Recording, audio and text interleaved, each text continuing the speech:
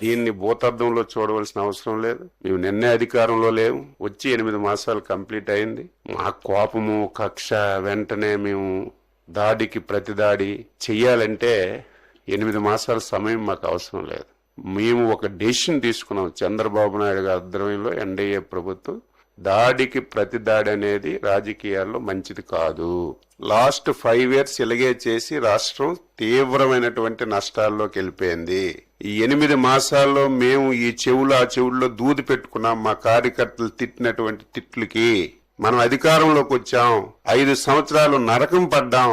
ఊచకోత కోశారు. మీరు అధికారంలోకి వచ్చి ఏం చేస్తున్నారని మమ్మల్ని కార్యకర్తలు బూతులు తిట్టినా, సోషల్ మీడియాలో తిట్టినా సరే దాడికి ప్రతి దాడి అనేది మంచి విధానం కాదు.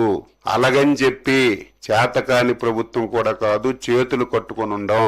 గత 5 సంవత్సరాల్లో జరిగిన ప్రతి సంఘటన మీద స్పష్టంగా ఎంక్వైరీ చేసి వాస్తవాలన్నీ కూడా తెలుసుకొని ఎవడు తప్పు చేసినా సరే విడిచిపెట్టే ప్రశ్న ఉండదని ముఖ్యమంత్రి గారు స్పష్టంగా చెప్పారు.